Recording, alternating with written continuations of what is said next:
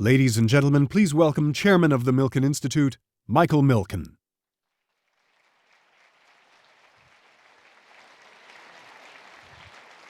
Good morning. Good morning. It was 1969 in Philadelphia, and Lori and I had moved back there in 1968 to go myself to graduate school, and Lori later to graduate school at the University of Pennsylvania. And I wandered over because I had heard about this young entrepreneur who was in the medical school at the University of Pennsylvania, who was entrepreneurial, innovative, and undisciplined. The kind of student that the professor wished did not ask all those questions. And he invited me to look at the work he was doing as he was moving along to become one of the world's leading neurosurgeons on a monkey that day at the medical school. And I knew within a minute or two that I would not be a doctor. As he opened this monkey's brain, after a few minutes, I had to excuse myself. I told him I forgot I had a class I had to go to. So I'd like to introduce you to a friend of more than 45 years and an individual that is changing the world in many ways for all of us, Dr. Neil Cassell.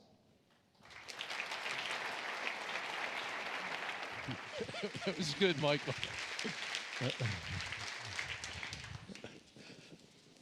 Thank you, Michael.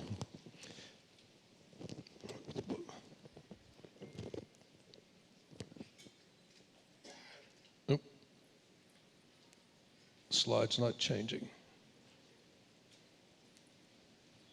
There we go. What if we could improve the health and happiness of countless people who are afflicted with Alzheimer's and Parkinson's disease, epilepsy, OCD and depression, tumors of the brain, breast, pancreas, prostate, and so on, using sound instead of or in addition to surgery, radiation, and drug therapy. It sounds like science fiction, like Star Wars, but it's not. It's something that's rooted in reality. And it's called focused ultrasound, which is an early stage, non-invasive therapeutic technology that has the potential, and I emphasize the word potential, to revolutionize therapy to the same degree that MR revolutionized diagnosis. Focused ultrasound is the most powerful sound you will never hear, but it's a sound that could save your life. An example, this is a 6-year-old girl who was struggling with incapacitating abdominal pain and renal failure as a result of this enormous tumor that was filling her pelvis. She was operated upon, but the surgeons had to back out because the tumor was too bloody. As a last resort, on a purely experimental basis, she was treated in one session with focused ultrasound, and more than half of the tumor was destroyed. In 2 days, her pain was relieved. In 2 weeks, her renal function returned to normal. The way it works is focused ultrasound, multiple intersecting beams of ultrasound energy are focused with an extreme degree of precision and accuracy on a point, on a target deep in the body. And where each of the individual beams goes through the tissue, it has no effect.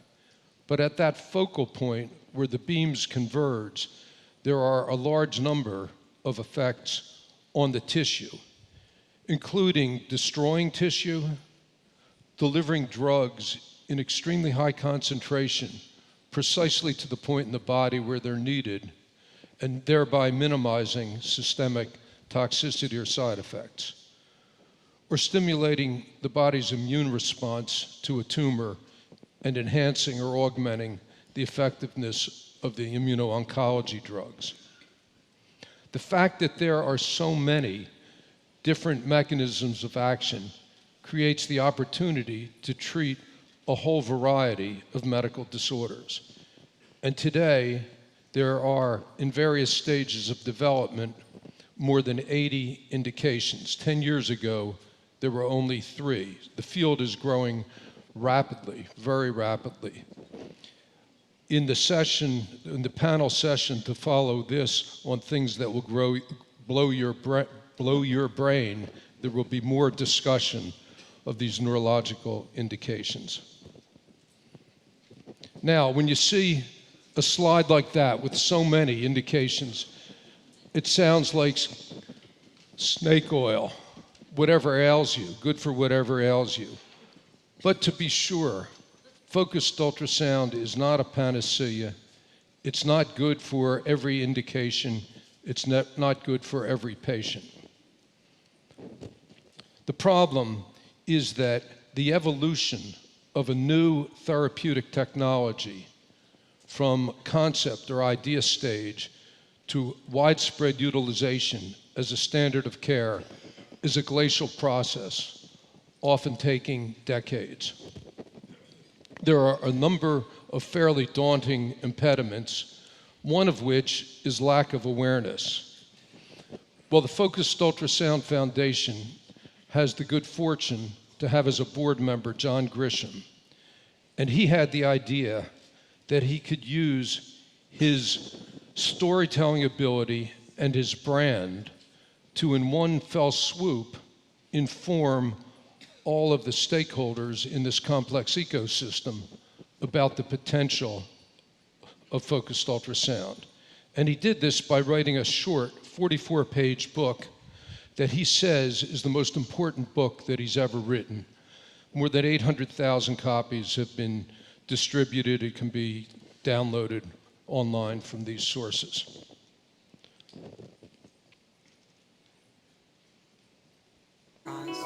I always thought of it being an older person's illness, and I've always seen people in wheelchairs, so I thought I was going to lose all my mobility. Basically anything that required movement, I couldn't do it. And my leg would bounce uncontrollably. It would hyperextend and actually lock backwards. It was very, very painful. I couldn't walk, so I had to be taken in a wheelchair to the hospital. With each treatment, I could feel myself getting stronger and stronger. My symptoms were getting less and less, and my pain was getting less. Then the clinical trial director, she looked at me and she says, "Get up, you can walk." And I thought, I can walk. It was amazing. I got there in the wheelchair, unable to walk, and immediately following it, I walked to the room. It was a miracle. The focused ultrasound treatment has given me back my life. I've been able to go on walks. I've been able to run, being able to ride my bike again. It's a miracle.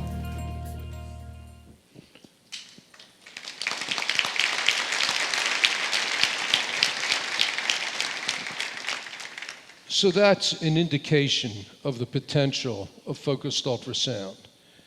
And focused ultrasound is a prime example of a futuristic, somewhat futuristic or aspirational, non-invasive therapeutic technology. Let me share another story with you, something that's closer in. Intracranial aneurysms are small balloons on the wall of arteries in the brain that are prone to rupture, often with devastating consequences. In 1980s, the diagnosis of an aneurysm was clinical once it ruptured, and the treatment was a big operation, a craniotomy to clip the aneurysm, and the patients often stayed in the hospital for several weeks. The mortality and morbidity from a ruptured aneurysm at that time was in excess of 50%. Today, as a result of advances in technology, aneurysms can be detected before they rupture non-invasively with MR or CT scanning. And they can be corrected with a simple outpatient procedure where a catheter is inserted into the aneurysm and the aneurysm is filled up with coils to secure it. And today, the mortality and morbidity from an unruptured aneurysm is less than 1% compared to more than 50% for ruptured aneurysms 3 decades ago.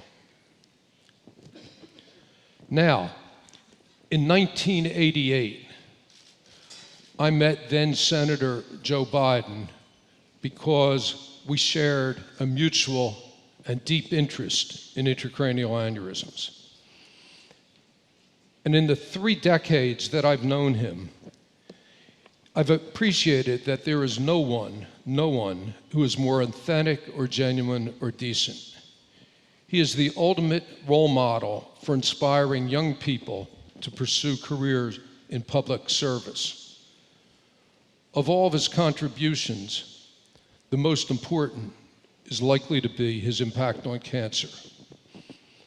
By virtue of his force of personality and his strength of character, and his absolutely unique, I mean unique ability to convene and motivate people and organizations and institutions, and his Cancer Moonshot initiative, he has made astonishing progress as an individual in a short time in changing the culture and rationalizing the fragmented, inefficient ecosystem of the cancer establishment, and thereby accelerating the care of millions of patients with cancer.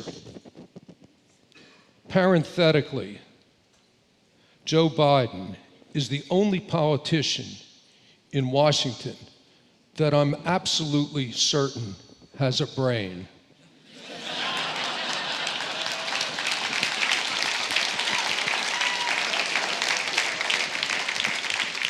Because I've seen it. Welcome, Mr. Vice President. In his nearly 5 decades of public service, Joe Biden has been guided by bedrock democratic values.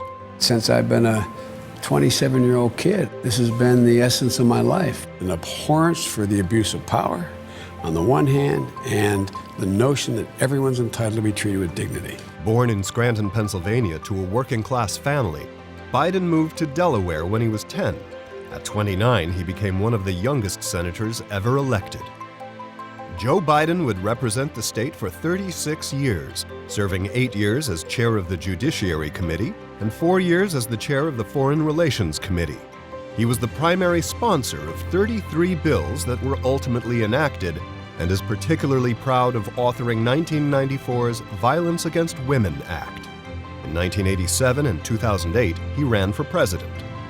When he became the 47th Vice President of the United States in 2009, Joe Biden would oversee the $787 billion stimulus package, chair the Middle Class Working Family Task Force, and eventually lead the Cancer Moonshot. It's within your power to fundamentally change and turn despair into hope. I am pleased to award our nation's highest civilian honor, the Presidential Medal of Freedom.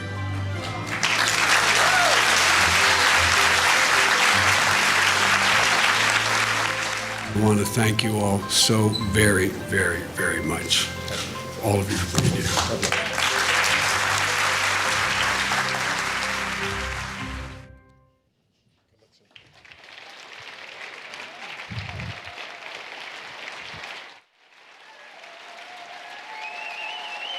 Hey, folks. Good morning. Good morning. How are you, man? Good morning, folks. Thank you very much. Thank you. Thank you very, very much. I assume that's part of your morning exercise, having nothing to do with me, but thank you very, very much. My name is Joe Biden, and I'm married to that beautiful blonde woman that was standing next to me. Everybody, I'm one of those guys, as my state of Delaware is divided north and south, and it's actually a southern state. It was a border state, and the southern part of the state they talk at you like this. And when I introduced my wife, Jill, the first time when we were engaged, there was a good old boy named Kurt Steen down in Dagsboro, Delaware. He just looked at me and said, "Boy, you're marrying up, way up." And he was right. Look, Neil, thank you for the introduction. As my brother Jimmy Biden, who is here today, will tell you, that but for Neil, I wouldn't be standing here. And he went in twice. The truth of the matter was he couldn't find a brain the first aneurysm, so he had to go on the other side and check it out. The first time I met Neil was after I had the operation. I never saw him, but he was the head of the Department of Neurosurgery at the University of Virginia. He got called in to cooperate with a great guy named Eugene George, the head of neurosurgery at Walter Reed. And so my brother and my son said, "You got to meet him." I mean, he had already saved my life. And I remember rolling down, Neil, you may not remember this, rolling down the first time into the operating room after you docs told me I should say goodbye to my sons, and not goodbye, hopefully I was going to see him again, but you weren't so sure. And I remember looking up, and the anesthesiologist is behind me, and you go down, you count the tiles on the ceiling, as you're going in. And I said, "What are my chances?" And the doctor looked at me and said, "Well, they're good. They're good." And I said, "What are they?" He said, "About 30%. They're really good." I thought, "What the hell, man? This is really, I'm riding high. 3 in 10. I got to be one of them." But anyway. The funniest part of this is, and I'm taking too much time away from the important subjects here, but my son said, "Look, you got to meet Dr. Cassels. You've not actually had a chance to speak with him and spend any time with him." I was recovering. I was up and out of the hospital. And so we met him at a restaurant. My son said, "I've arranged to meet at such and such a restaurant." I walked in, and Neil stood up and he said, "Dad, this is Dr. Cassels." And I said, "Doc, thank you so much." He looked at me and he said, "You remember this, Doc?" He said, "What do the angels sound like?" I said, "What the hell is this guy talking about?" He said, "You were dead for a little bit." Anyway, bring back a lot of good memories, Doc. Bring back a lot of good memories. Holy God. I'd rather be on the stage with him than the operating table with him. Look, and Neil's efforts on ultrasound are really worth you taking a look at, those of you who are not in the medical field, and determining whether or not you should join this effort is pretty mind-blowing. But Mike, thank you for having me here. Mike has done so much. And this prestigious conference has grown in a way and has been around a long, long time and set the tone for so many other efforts around the world. This is like a mini world, this is like a mini Davos, the World Economic Forum. There's more CEOs here than live in Delaware. So I used to be introduced when I was a young senator. Now, and they'd slip when I was out in another state. And now I'd like to introduce the senator from DuPont. I mean Delaware, anyway. But anyway, this effort to advance progress in the fight against cancer and other diseases has made a world of difference for millions of people. And Mike knows when cancer touches your life, as it has his and mine and our family lives, it forces you to focus on what's important. And for Mike and for me, it's meant bringing a sense of urgency and to finding new answers and bringing new hope to patients and their families. Probably every one of you have been touched one way or another personally or a family member by cancer. The one thing every patient, no matter whether they have a terminal diagnosis like stage 4 glioblastoma like my son, or whether or not it's something they're going to be able to beat, the one thing they all need and the greatest demand is hope. Hope. They just need hope. You can't live without it. And it forces you to become a student of cancer and all its complexities. If someone you love is in real trouble, especially if you're a parent, I've lost a wife, I've lost 2 children, I understand. but especially if you're a parent, when you have a son or daughter that's in trouble, no matter how old they are, as a parent, you want to solve the problem. You want to figure out, learn all you can about it. And so I had not been a student of the subject. It's not a subject I would have chosen, but I chose my family, and like so many of you. And since then, I've been doing all I can to figure out what's holding back progress, to help bring about the change that's needed. And Mike knows about change. His formula 5-30-90 changed the world of prostate cancer research. A 5-page proposal, 30-day review, funding within 90 days, as long as you commit to sharing your data. I want to emphasize that point. Mike was very early on one of those folks who realized that there's just so many silos that are erected in cancer research. You docs don't play well in the sandbox. No, I'm serious. You are the most brilliant, dedicated people I've worked with, and I'm supposedly an expert on strategic doctrine and foreign policy and a lot of complex issues. I've met brilliant people my whole career. I've met every major world leader in the last 41 years without exception. But I've never met a more dedicated group of people than those in the area of cancer research. But it's, when Richard Nixon declared the war on cancer in 1971, he meant what he said. He was sincere about it. But he had no army, he had no tools, and he had very little to move on.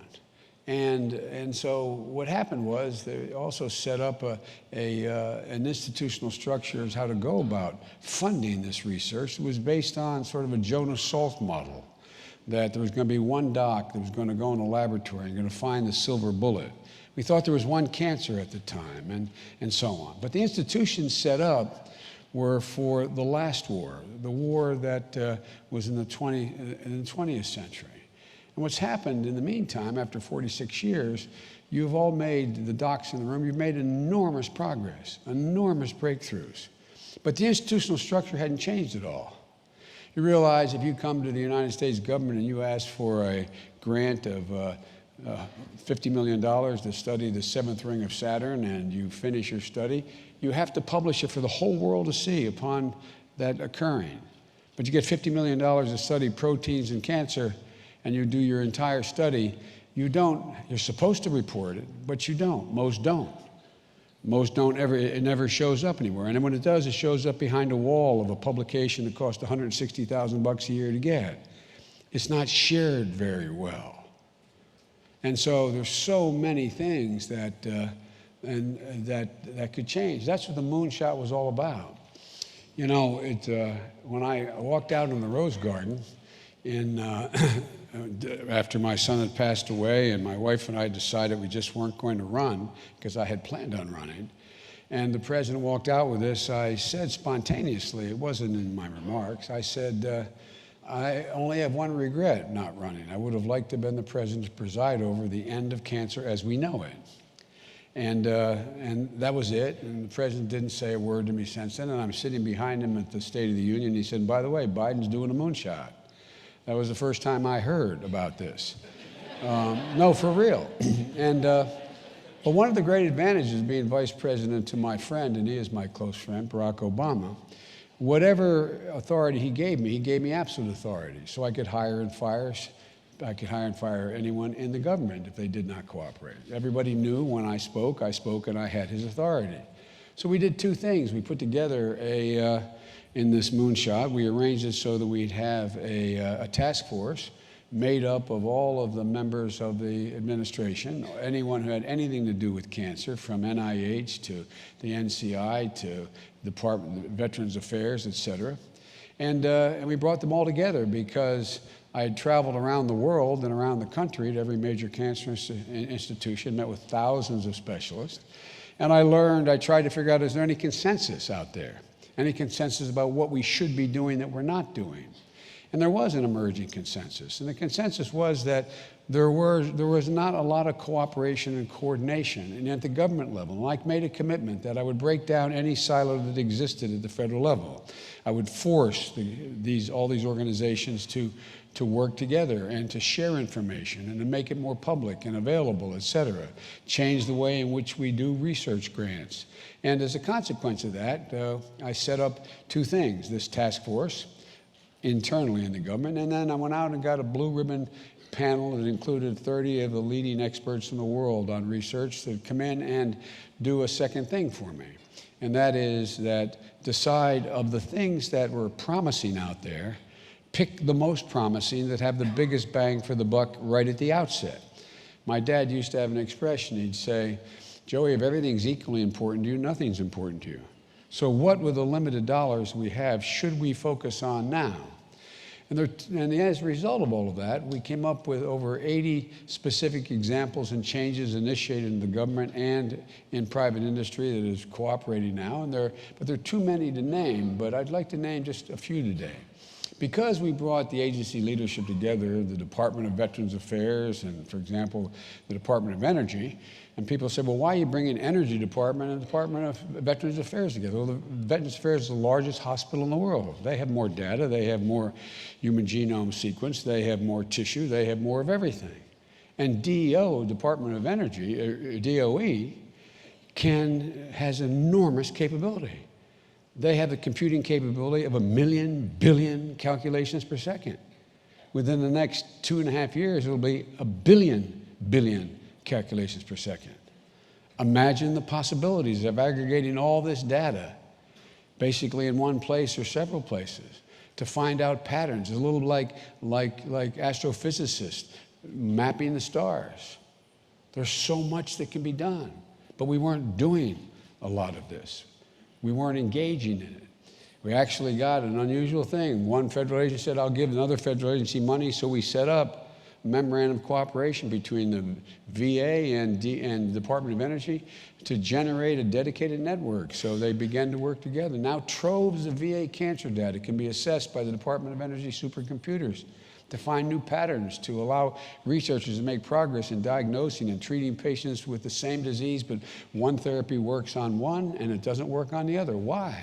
Why? We launched the National Cancer Institute formulary. What do we all know about AIDS? Well, we know that AIDS at first was this world epidemic. We had no way of curing it. Everybody looked for a drug. What did it turn out to be? Multiple drug uses, multiple combinations of drugs are the way we gained control. Try those of you who, and this is not a criticism of the drug companies, but if I'm drug company A and Mr. Harrison's drug company B and my brother's drug company C, and you're a young researcher and you say, I think we can use a combination of each of your drugs to be able to deal with this particular cancer. There's now over 204 cancers you can identify. Well, it takes somewhere between 1 and 4 years to get cooperation in that. In the meantime, a lot of people die. Meantime, a lot of people lose hope. So drug companies are currently testing hundreds of promising new drugs in early research stages. It will cost them tens of millions of dollars to follow through on. So we come up with the idea that why not set up a formulary where each of these drug companies puts the drugs they're testing on the table, allows any researcher to come in and test in clinical trials a combination of their compounds with those other drugs on the table, figuratively speaking. Here's how it works. And by the way, people say, well, wait a minute, we got to worry about our liability, we got to worry about our profitability, we got to worry, and legitimate points. So we had an idea. If you go into a bar and you want to listen to a song on a jukebox, you don't have to negotiate a license agreement for each song with the record company. They're already worked out. So you want to listen to Beyonce, you want to listen to the Black Eyed Peas, you don't have to have a separate arrangement with them. Well, the formulary, the National Cancer Institute, has already worked out the details for all of the compounds, intellectual property, access, licensing. It's already done. The process that could otherwise take years for researchers to do now just takes minutes. Started off with only 3 drug companies deciding to jump on. Now there's close to 15. The potential for breakthrough in time reducing time, which is all cancer patients want, is time. Time is potentially enormous, potentially. And so, you know, those of you who are clinicians out there, unlike the researchers, and the researchers breaking their necks, as I said, they're brilliant and dedicated, but it's the clinician who gets asked by the patient, "Doc, I know I'm not going to live, but doc, can you just give me one more month so I can walk her down the aisle, doc? Please, doc, can you figure that out? Doc, can you give me another 2 weeks? It's my first grandbaby. I want to be here. Doc, he's going to graduate. Can you get me by?" Folks, this is about minutes. This is about hours. It's about days. It's about months. It's not just about cures. It's about giving people some hope. There's so many things we can do. The Blue Ribbon Panel, they made recommendations as to how to take on major challenges in cancer research and prioritize a few large national projects to address these challenges because they had great promise, like a national program to identify Lynch syndrome. It causes colorectal and other cancers in people 20 and 30 years old. So we identify whether they have that syndrome. Instead of waiting until you're 45 for your first colonoscopy, you get it when you're 19. We can save your life. The measures of screening to catch cancer at earlier ages. That could be a big deal for a whole lot of people. We launched a 3D cancer atlas, a web-based catalog that can allow doctors to map the evolution of tumors and use predictive models of tumor progression and response to treatment to make more informed treatment decisions for patients. Those of you in the field know the first treatment, if you have the best shot with the first one, there's always 3, 4, or 5 alternatives. If you match the first one with the particular cancer you have and it's the best match, it increases exponentially the extension of life. But we don't know how these tumors progress many times. I'd like to tell you, I could go on and the 80 other things, the 76 other things we've done, but there's real movement. I'd like to tell you we solved the problems we've identified, but in the time we had, we were able to get a running start. And 3 achievements, however, stand out. First, we were overwhelmed by the public interest in the moonshot and the desire of people everywhere to be part of it. When we had our Cancer Moonshot Summit, which we held, 400 people attended at Howard University and 7,000 joined at nearly 300 individual summits held in every state as well as Puerto Rico and Guam. In that moment, we knew the moonshot had evolved from a program to a movement. And as a result of that movement, we were able to identify and grow new approaches to data sharing, clinical trials, access to care, prevention programs. Announced at the summit and throughout 2016 as part of the moonshot, there were more new actions and collaborations from approximately 80 private sector companies and organizations that ever occurred before. Again, to mention only a few, IBM, I got a call from the chairman of the board of IBM. Would I like Watson? I said, I could use Watson. But she, jokingly, I said, but do I want Watson, their supercomputer, to partner with the Department of Defense and the VA, the largest hospital in the world? Now you go in and get your cancer genome sequenced if you're a military person. And within a matter of minutes, Watson has read every single solitary piece of material ever has been written or spoken of as it relates to cancer. Can tell you for that particular cancer, there are these 5, 6, 2, 1 therapies that have been used. And these are the ones that had the best shot. Providing recommendations to physicians and tumor boards to choose the right treatment the first time. Cancer Moonshot also initiated what we call the Blood Profiling Atlas Pilot. I didn't like the way the acronym, the blood pack. It's like blood is contributing money, but the blood pack. God, they love acronyms in Washington. But representatives from government, academia, pharmaceutical and diagnostic companies launched a partnership to create an open database for liquid biopsies, blood draws, to accelerate the development of safe and effective blood profiling diagnostic technologies.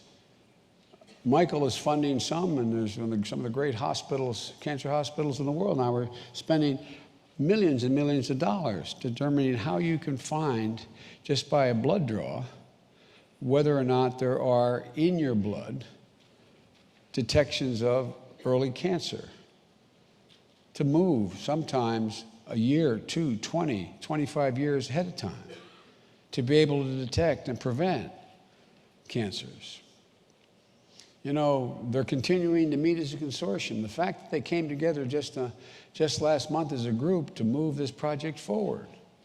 But it was initiated by getting people together in one room. An unprecedented level of collaboration is going on to drive real results for patients. We can do more together than we can do working alone.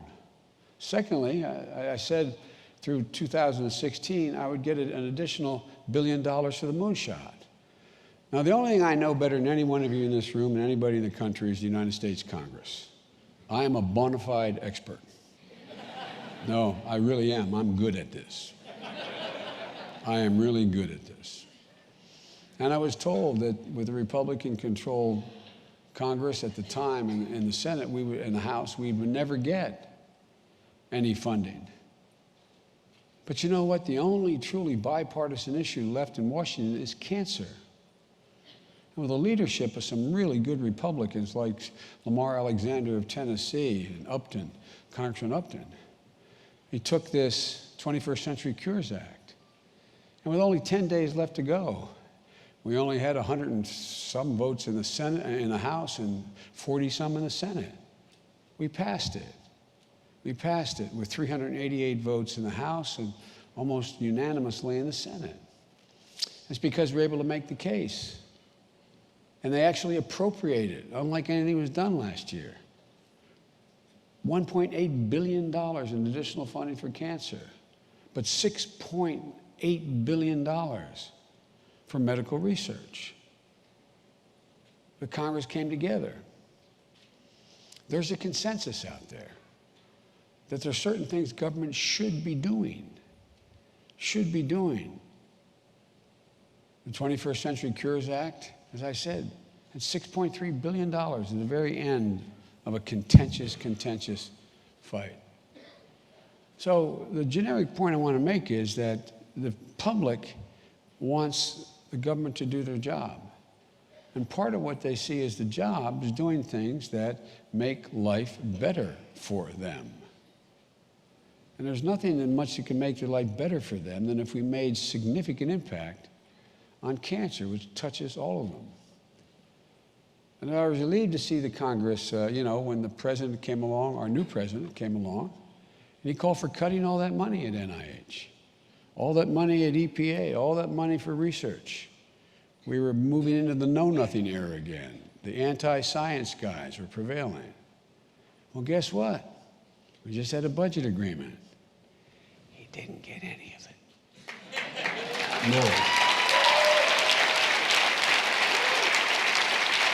They actually increased the budget $2 billion more. So, folks, and this includes many of the priorities outlined in the Cures Bill, including an increase of $476 million for NCI. People across the United States, that's what they want their government to do, to come together in a bipartisan way to address major problems such as cancer, opioid addiction, Alzheimer's disease. Because the federal government has a role in the fight against cancer, investing in these areas of biomedical research. That's the view of millions of Americans, advocacy organizations, others who had their voices heard in support of this legislation. And it's critical that we communicate to individuals across the country why these goals are so important, why they are real and relevant to their lives and the lives of their loved ones. If we do, The American public will continue to overwhelmingly support these research efforts, including the federal investment in research. And third, last April, I delivered remarks at a regenerative medicine conference hosted by the Vatican. And the Pope addressed it as well, and from people all over the world. And I laid out guideposts for international collaboration through the Cancer Moonshot, focus on prevention, access, affordability around the world. International response to cancer should reflect the same urgency we bring to infectious disease around the world. Remember when Ebola hit in Africa? We mobilized, the United States of America, the United States military, mobilized the world. The World Health Organization wasn't able to do it. We mobilized the world. We mobilize the world in infectious disease. Why are we mobilizing the world on fighting cancer, where if we don't make more progress, there are going to be 26 million people dying by 2020? So cancer needs to be mobilized. In 2012, there were 14 million new cases of cancer, 8 million cancer-related deaths worldwide. It's going to go to 22 million and 13 million dead unless we make some significant progress. Increased data sharing among researchers, institutions, foundations, support for standardization of data, and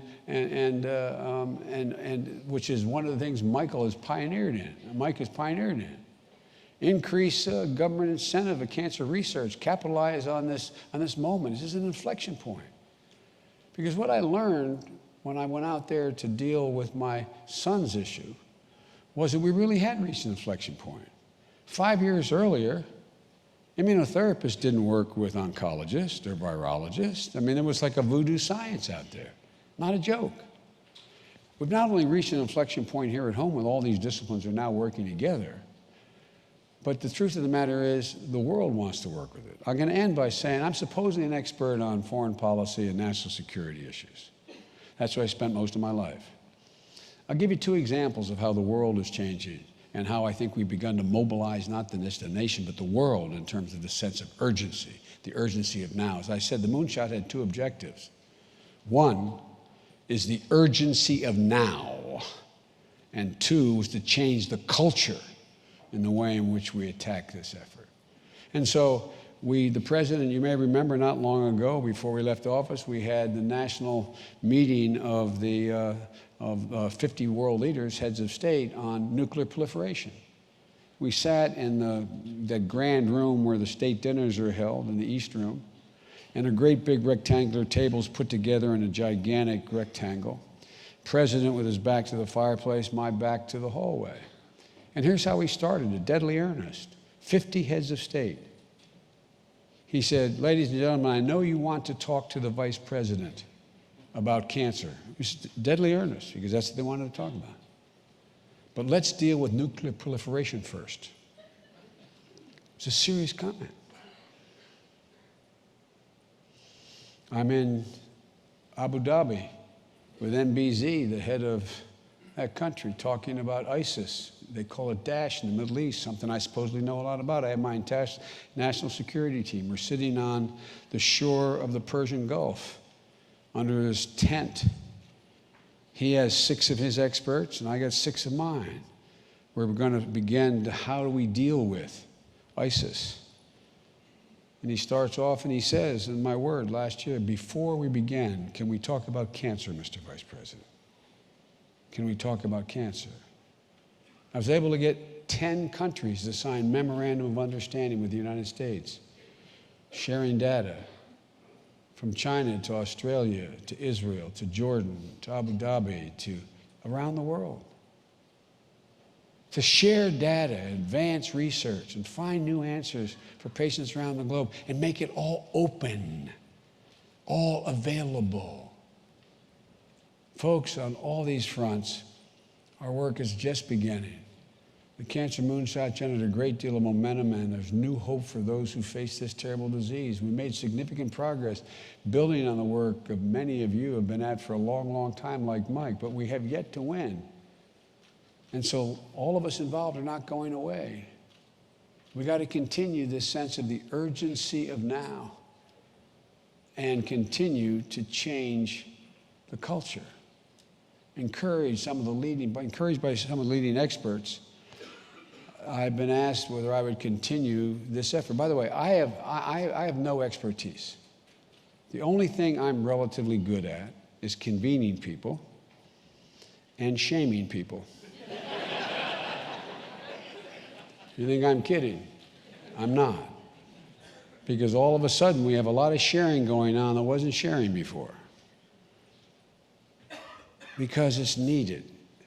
And so a group of people like David Agus at USC, Eric Lander, the Broad Institute, people of consequence like Elizabeth Jaffe, international leader in developing immune-based therapies at Johns Hopkins, CEOs of biopharmaceutical companies. 30 of these people came to me in Washington and asked whether or not I would continue the moonshot since it's not being picked up by the administration. And so we're going to do that. And there's going to be we're setting up with McKinsey putting together an organization, the Biden Cancer Initiative. And again, I'm no expert. I'm not the guy that is going to come up with the answers, but I've been around long enough institutions to know when institutions don't function and how they should be reorganized to be able to get more product more quickly. And so I am optimistic. Conclude by saying, I look forward to the day you're a young woman, when you take your children, if you have children, to get their physical for starting school, and they're going to get a shot for measles and mumps and other diseases. You'll also be getting a shot preventing cancer, preventing certain, like we can now with HPV. It's all on the horizon.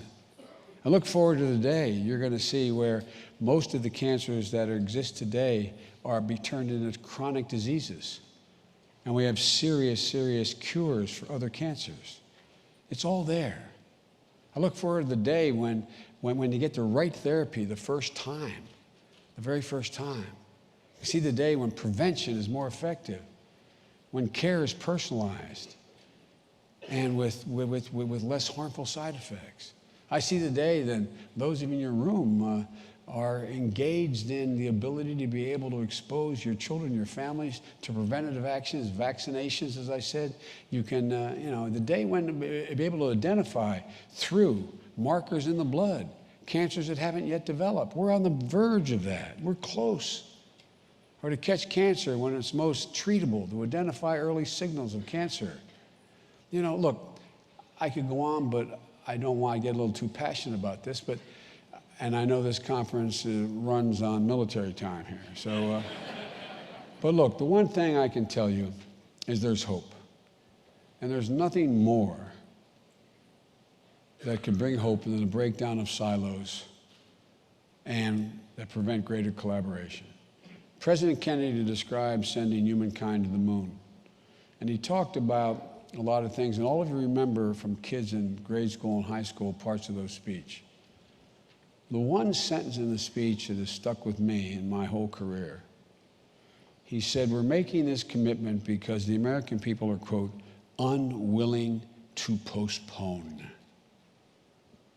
Unwilling to postpone. I am unwilling to postpone any longer the actions we have to take to bring this together. That's the small contribution I hope I can make. It's the brilliant minds in this audience are going to find the answers. But in this fight, we have to be unwilling to postpone. There's an awful lot of hope, folks. And we need your help badly. Thank you for listening. God bless you all, and may God protect our troops. Thank you. Am I here? I tried to shorten it. I think I was making it longer. Over here.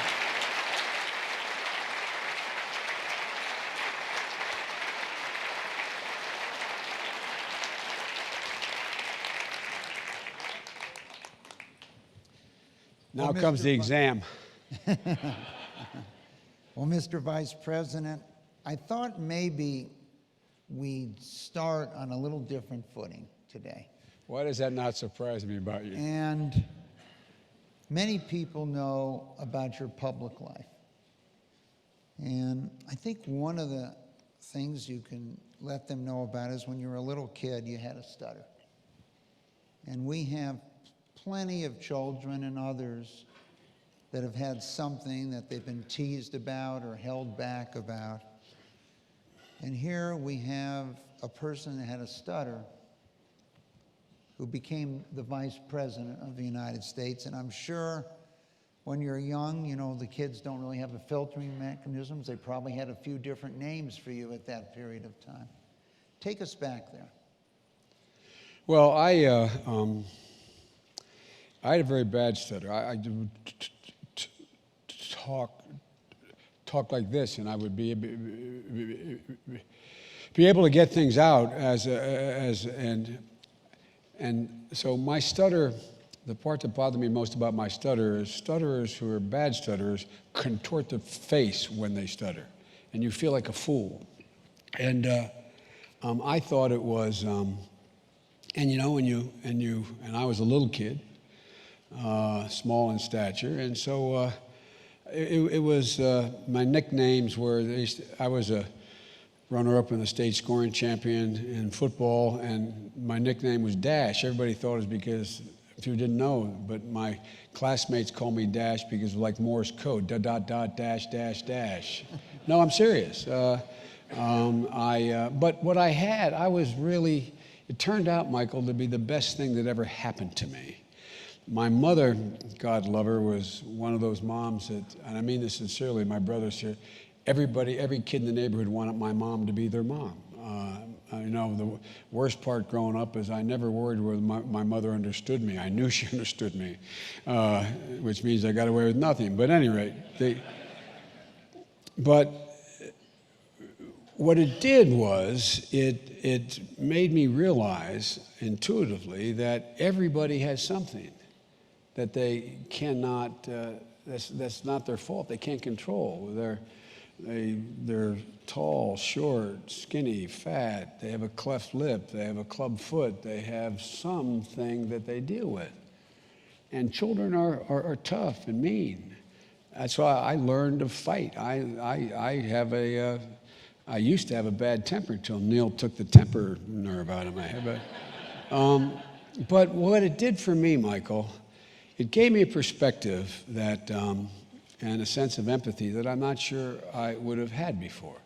We have an expression in my family, and it's you can never say anything about anyone else in an argument, friend or foe, that's true.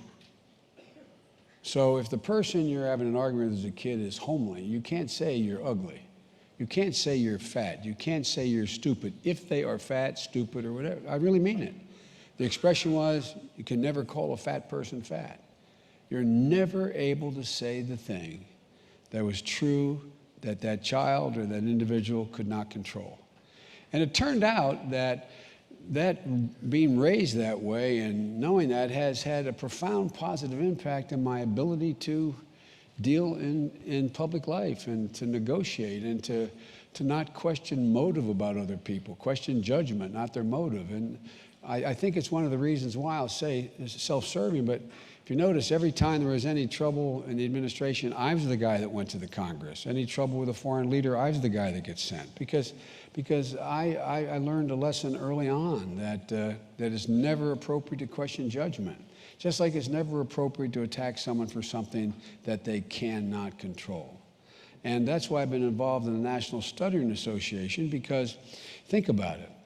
The few times I've talked about this publicly, is when I go through how I used to stutter, people will laugh in the audience. It'll be, you know, it's kind of funny. But if I were describing I had a withered arm that I had to deal with, no one would laugh.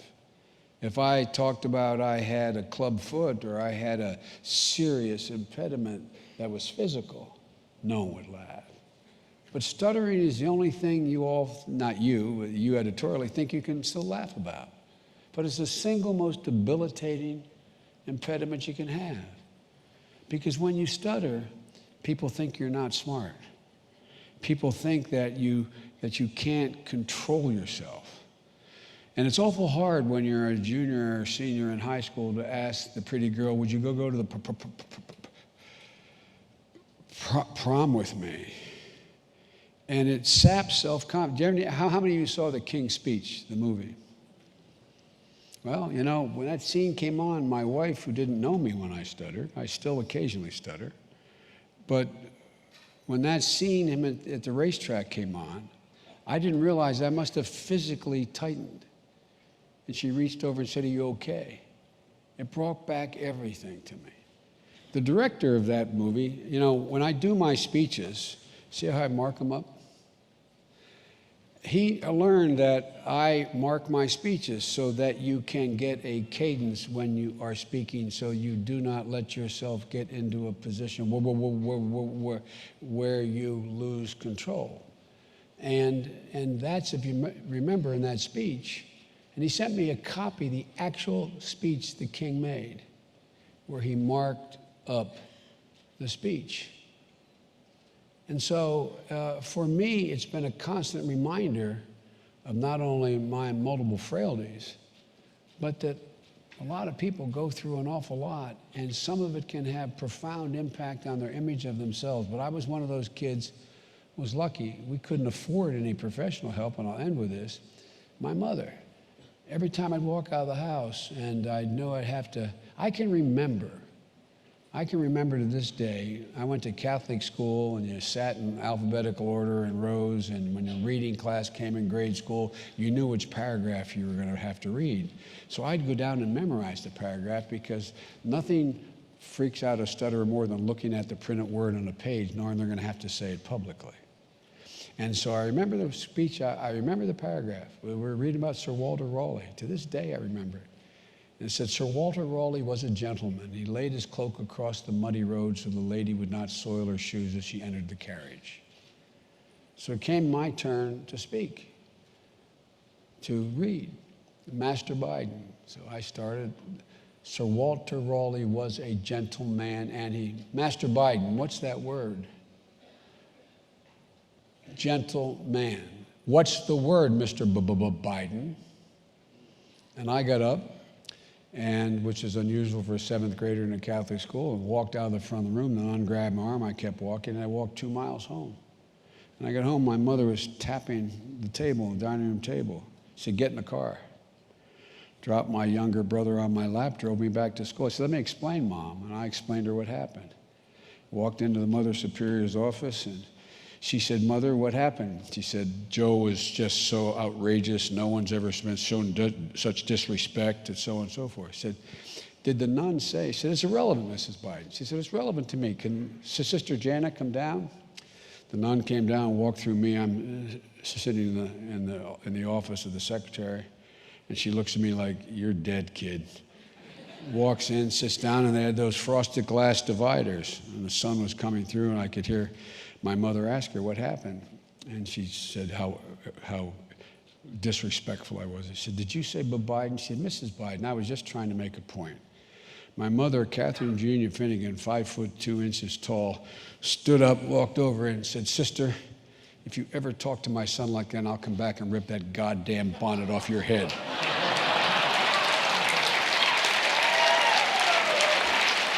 True story. But the point is, I was really lucky in the second piece I learned. I learned that you need people to give you confidence. Confidence. So every time I walk out of the house, it's not true. My mother said, "Remember, Joey, you're the smartest boy in the class. Remember, Joey, you weren't supposed to know what your IQ was." My mother went and got and showed me my IQ. "Joey, you're the smartest guy in the class." Not a joke. Not a joke, because you have no sense of yourself. You know, it's very similar to what we've tried to achieve over the decades. And we try to get people to come here to tell them to try to see the world through new eyes. And as you know, if you can only see the world through your eyes and you can't see it through the person you're interacting with, then it's very difficult. Well, it's one of the things you do all the time. One of the things in negotiating. Now, every person I've ever sat across from, whether it's a head of state or one of my colleagues, the first thing I do, and you do it, or you should respectfully if you don't, I always sit down and say, what is his or her limitation? How far can they go? Realistically, you know, Barack always kids me. Tip O'Neill used to say all politics is local. It's not. All politics is personal. It's all personal, including international as well as national. It's all personal. You got to figure out what are your limitations. We have to make a deal. But if I know that if you make the deal, you're going to lose your leadership position, that's something I can't ask you to do. There's very few people who are willing to appear in the second edition of Profiles in Courage. So I sit there and I say, what do you need to do for me to get you to yes? How about if I go out and say the following and then you slam me for it and you look good? I'm being deadly earnest. Well, what is that, guys, ladies? It's no different than a marriage. Not a joke. I'm not joking. I'm being deadly earnest. There's a lot of brilliant people, but I know a lot of really stupid, brilliant people. You got to know human nature. That's all it is. I think so. Joe, let me take you to another place. It was 1974, 75 in America.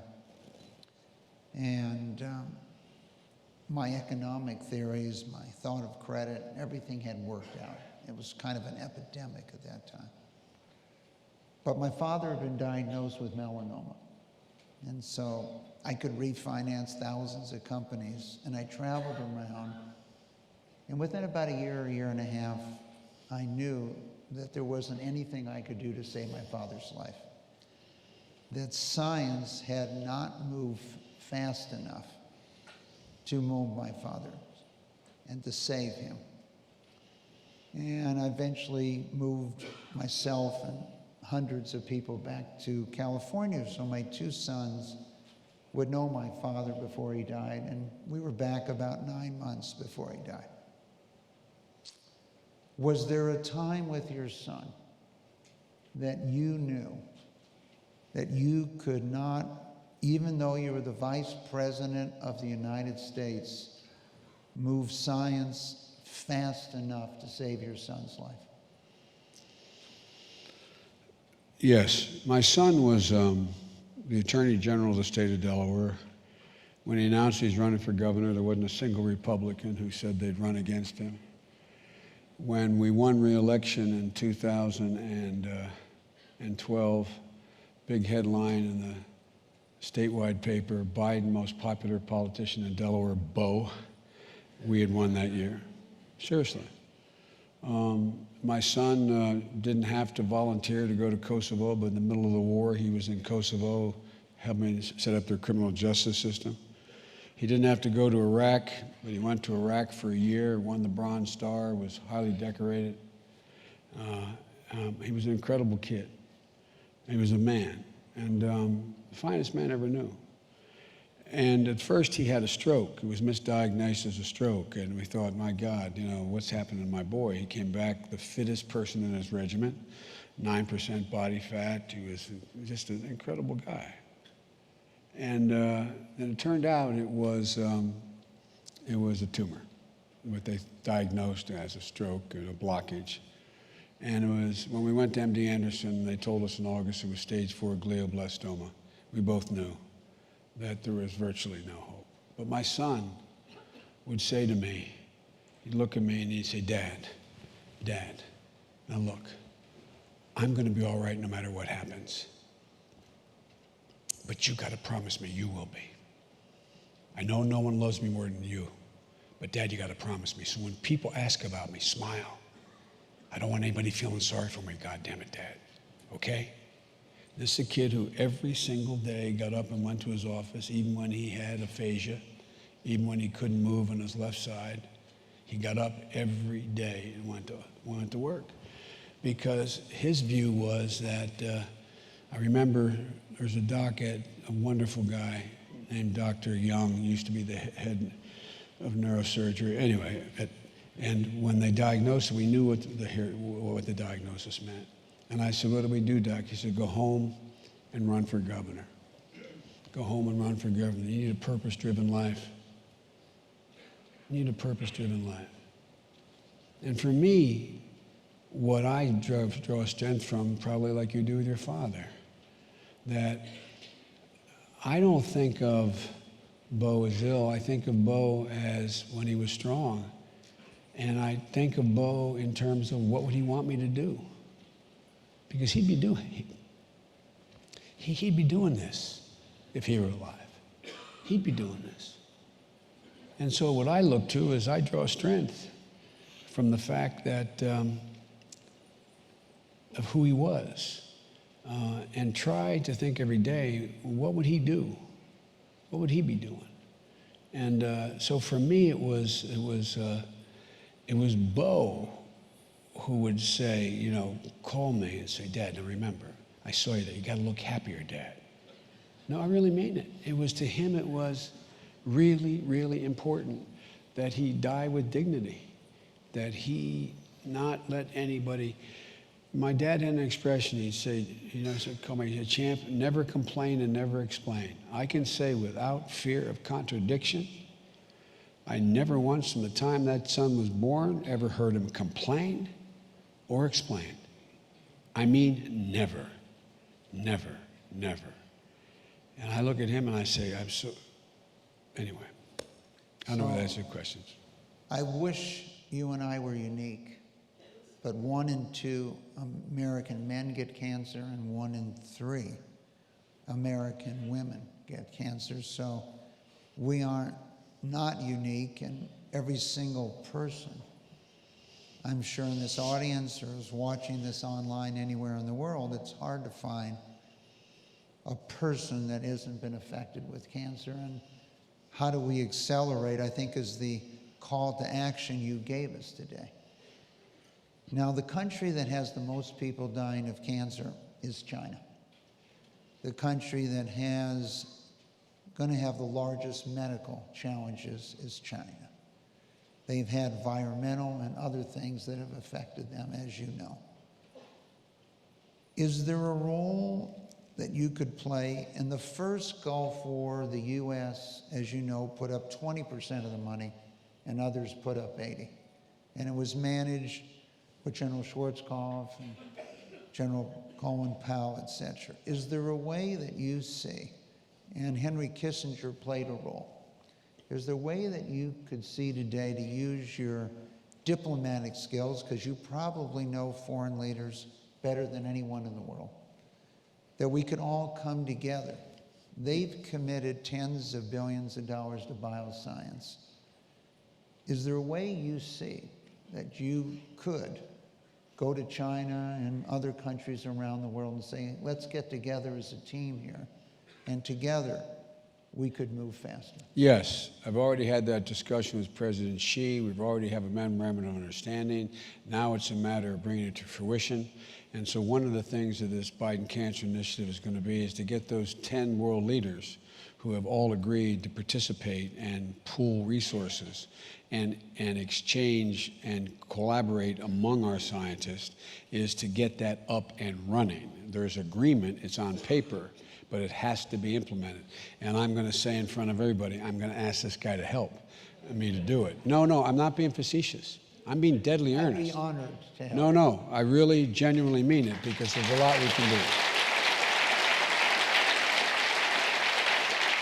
And by the way, when I very briefly, when I spoke at the World Economic Forum, Klaus Schwab and all that institution, along with here in the United States, the Aspen Institute, there's a coalescing of really organized people who want to help get this collaboration in real time. For example, that formula, that, anyway, we're running out of time. Yeah. So I just, there are a lot of young entrepreneurs that have joined us. Today, they might be 60, those young entrepreneurs. At the global conference, the for-profit companies represented employ 40 million people. And many of them remember the day when they started their company and they had a couple desks and they didn't know if they had the funds to make it work. What I don't think they know is at 29 years old, you left the law firm and formed your own law firm. What were you thinking back then? You know, think about this, all of you. Isn't it wonderful that when you're young, you didn't know what the dangers were? I went out, I have no money. If you look at my financial disclosure when I was as vice president, the headline in the Washington Post said, quote, "It's probable no man has ever assumed the office of vice president with fewer assets than Joe Biden." You can Google it, it's true. But at any rate, here's the deal. When I was 26, I started my own law firm. I was the only person in the state of Delaware, and I went out and I hired 2 lawyers. I was able to convince the bank at the time to lend me $50,000 to open up a firm. That first year, they each made 20. This was 1969 or 70. They each made 20, and I made 5, and I was a 50% partner. Yet I had to guarantee them 20.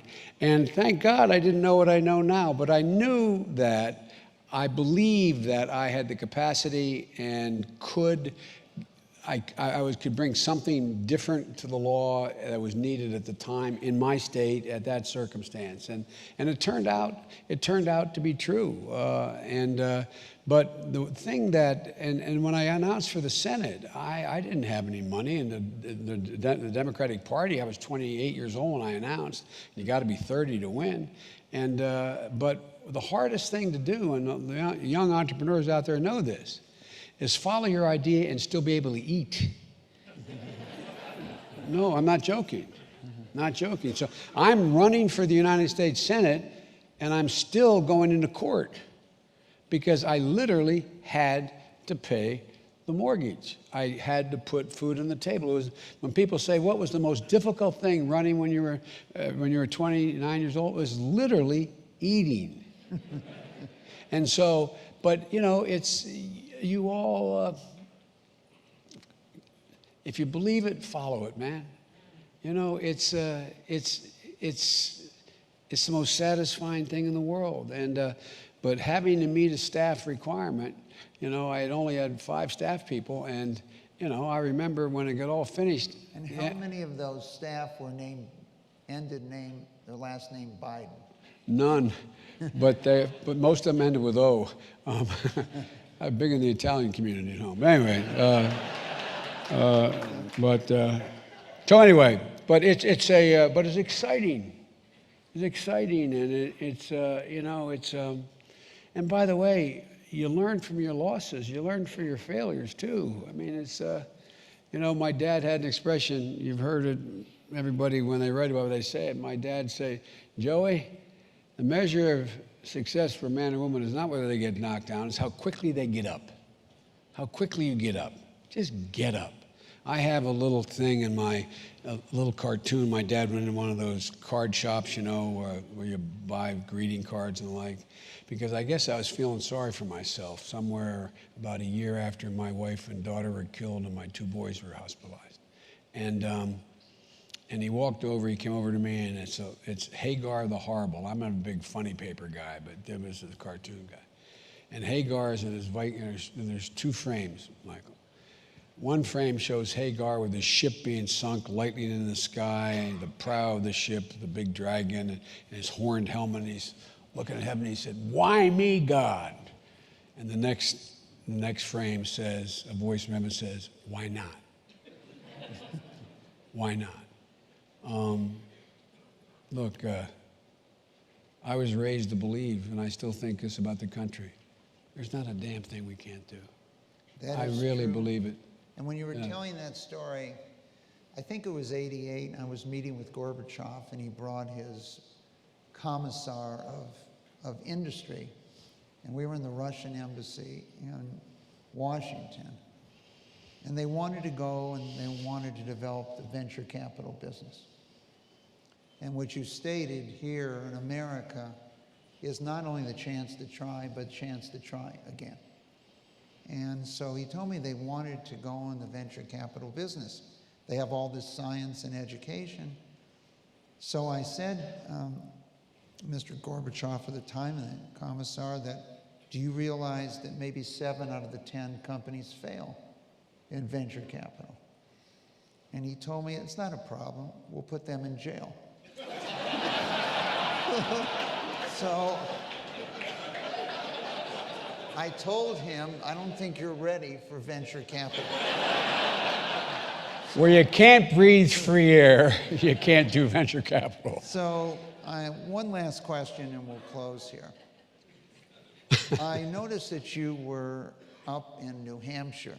Now I'm assuming it was to see the leaves change. But you know, when a political leader who at 30 years old became the youngest U.S. senator visits New Hampshire, people start to wonder, are you really seeing the leaves change? Well, actually, the leaves are changing. Mike Barnacle, who's been very generous to me, said he can hardly wait for Biden to, I'm not running, but Biden to run because he wants to follow him in a walker. But look, folks, I really mean it. For me, to use the term today, a purpose-driven life is what makes life worthwhile. So when I was leaving the vice presidency after deciding not to run, Mike, and I was going to run, it's an awful sounding thing to say, but I thought I was the best qualified person at the moment to be president, and I thought I could have won, but circumstances just intervened. You know, reality has a way of intervening.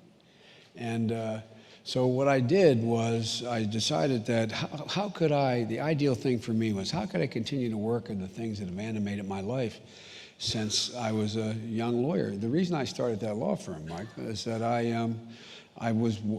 got a job with the White Shoe Law Firm, the oldest firm in the state of Delaware, and the civil rights movement was in full blast. My city had been burned to the ground, part of it occupied by the National Guard.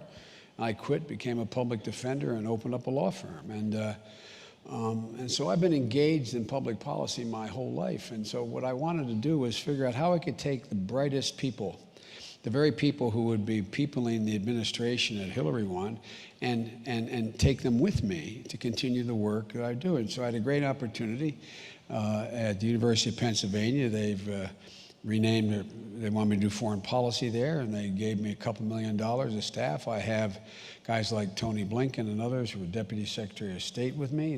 The very people, had I run and won, who would be the Secretaries of State, the Secretaries of Defense. And they've all agreed to come with me. And then the University of Delaware gave me an opportunity, and they set up a Biden Institute, and they gave me a lot of money to hire any staff I wanted, and I brought in the best domestic people that I have, including economists. And then the Biden Foundation exists, and that's where we started funding the cancer out of, and the violence against women and LGBT rights. So I have about $8 million worth of personal staff still that work for me.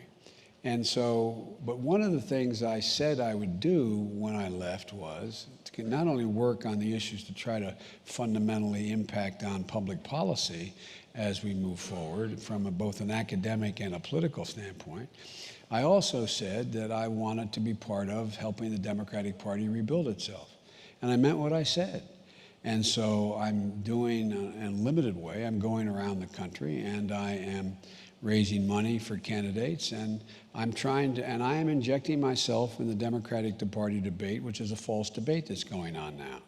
And that is, in order for the Democratic Party to be relevant again, the argument on one side is we got to just focus on our progressive values, and the other side is no, forget the progressive values because they alienate the working class people, and we just focus on the working class. Well, I'm going to say something outrageous. There's nobody that in either party is more popular to me with working class people. I'm middle class Joe. They told me that for years, and it's not meant as a compliment in Washington. It means no, it's not. It means you're not sophisticated. I'm pretty damn sophisticated about what built this country, and the middle class built this country. And so one of the things that I'm doing is I'm continuing to stay engaged and make the point. And by the way, the 36 years I was a senator, I was ranked the third or fourth most progressive senator in those 37 years. I take a backseat to no one on the progressive issues.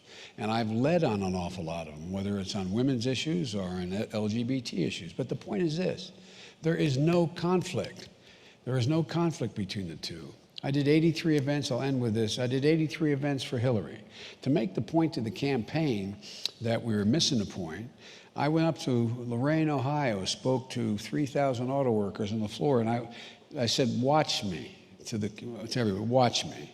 And I started off, and all these white boys who are supposed to be prejudiced and racist, who, by the way, voted for Barack. And I started off and I said, I'm here to tell you, first and foremost, one of the most important things we have to do is equal pay for women. Cheers, hollering, and the liberals are going, what the hell's that all about? Guess what, the stupid folks, all their wives work.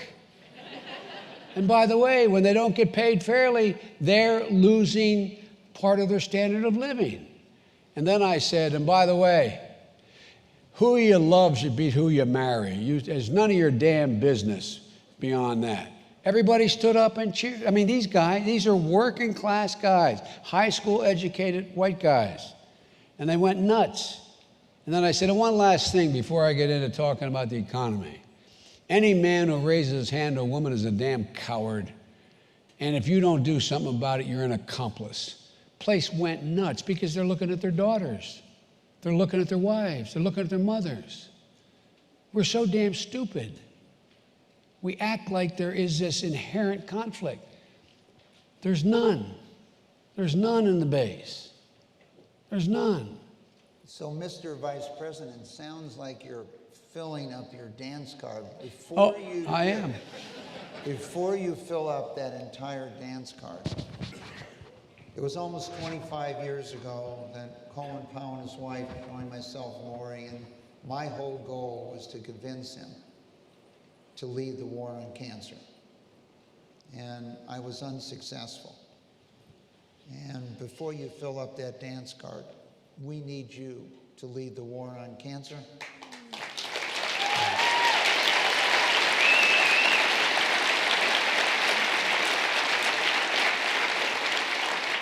And the present for you and I and everyone is that our children will have to go look up cancer in the textbook. So thank you for joining us today. Thank you, Michael. I hope that was okay. Okay, good. You don't have to hurry. You're in the first pew. Sorry. Thank you. Thank you. Gil, how are you? I don't think so. I don't know how you do that. Thank you, everybody. So we ran a little long. There's only 13 sessions starting in 5 minutes.